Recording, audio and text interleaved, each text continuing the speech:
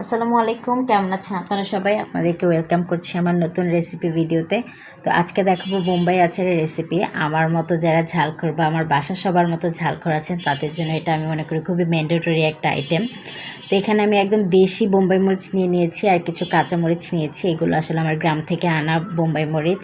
তো নিয়েছি কয়েকটা রসুন কুচি, তেঁতুল তেঁতুল আগে থেকে পানিতে ভিজিয়ে রেখেছি, আর সরিষা বাটা, আর হচ্ছে কাঁচা আমটা অপশনাল, আপনাদের বাসায় না থাকলে এটা না দিলেও হবে। এটা আহামরি টেস্টের কোনো চেঞ্জ করবে না। তো এখানে আমি তেঁতুলের বিচিগুলো ছাড়িয়ে নিচ্ছিলাম, কারণ তেঁতুলের বিচি সহ তো আর আচারে দেওয়া যাবে না, তাহলে ডিস্টার্ব লাগবে খাওয়ার সময়। তো তারপরে কড়াইতে সরিষার তেল দিয়ে নিয়েছি। সরিষার তেলটা আসলে আমার বাসায় ওই টাইমে একটু কম ছিল, তাই এখানে কম নিয়েছি, আপনারা আরও বেশি করে বাড়িয়ে নেবেন। তো এখানে 2টা শুকনো মরিচ দিয়ে নিয়েছি, যেটা আপনার টেস্টটা বাড়াবে, মানে সব ধরনের মরিচ থাকলে টেস্টটা অন্যরকম হয়ে যাবে। তো এই তো আমি এখানে প্রথমে সরিষা বাটাটা দিয়ে নিয়েছি। সরিষা বাটাটা আগে থেকে দিতে হবে যেন সরিষার স্মেলটা না থেকে যায়, শুধু টেস্টটাই আসে। তো ভালো করে দিয়ে এখানে এখন রসুন কুচি দিয়ে নিচ্ছি, দিয়ে একটু ভালো করে নাড়তে থাকবো, মানে এটাকে ভালো করে আর কি প্রথমে তেলে ভাজতে হবে। তারপরে দিয়ে নেব একটু হলুদ গুঁড়ো, একটা সুন্দর কালার আসার জন্য হলুদ গুঁড়োটা দেওয়া প্রয়োজন। তারপরে হালকা মানে সামান্য একটু আদা রসুন বাটা দিয়েছি এখানে, একটু সুন্দর টেস্ট আসার জন্য। এটাও বোধহয় না দিলেও হবে, কারণ আহামরি মনে হয় না টেস্ট চেঞ্জ করে। তো এই তো দিয়ে ভালো করে নাড়তে থাকতে হবে। তারপরে এখানে আমি আমটা দিয়ে নেব। আমটা দিয়ে নাড়তে থাকলে আসলে একটা টাইমে গিয়ে আমটা গলে যায়, থাকে না। আর আমের টেস্ট বললাম না, খুব একটা চেঞ্জ হয় না, আম দিয়েছি বলে খাওয়ার সময় আর কি মনে হয়নি। তো এই তো এরপরে দিয়ে নিলাম তেঁতুলের টকটা, দিয়ে আসলে ভালোভাবে নাড়তে হবে। এখানে নাড়া বন্ধ করা যাবে না, কারণ তাহলে তলানিতে যদি লেগে যায় তাহলে আচারটা খুবই পোড়া পোড়া একটা ফ্লেভার আসবে, তখন আর খেতে ভালো লাগবে না। তো আমার এখানে তেল একদমই কম হয়ে গিয়েছিল, তাই আর একটু বাড়িয়ে দিয়ে নিয়েছিলাম। বললাম না, আপনারা বাসায় থাকলে বেশি করে তেল দিয়ে নেবেন, কারণ আচারের তেলটা খেতেও অনেক সময় ভালো লাগে যে কোনো ভর্তা ভাতের সাথে।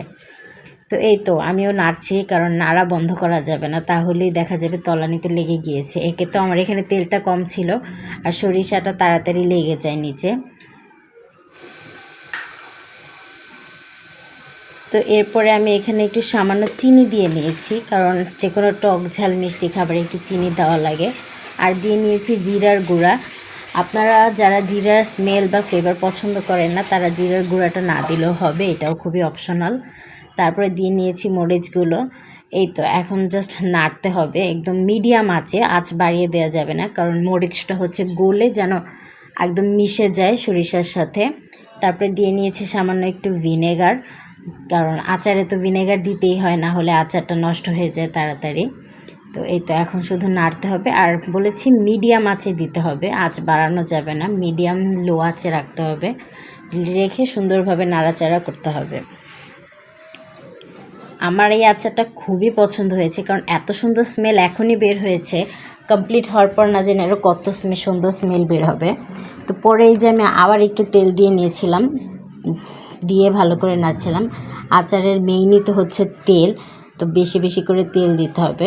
তারপরে আমি 5 ফোড়ন ভেজে গুঁড়ো করে নিয়েছিলাম, সেটা দিয়ে নিলাম, দিয়ে ভালো করে আবার নাড়ছি।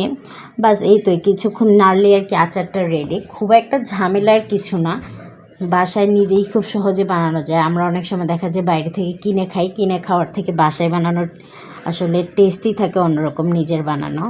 তো এই তো আচারটা রেডি হয়ে গিয়েছে, আমি একটা সুন্দর বয়ামে ভরে নিয়েছি। তো এই ছিল আজকের ভিডিও। আসসালামু আলাইকুম।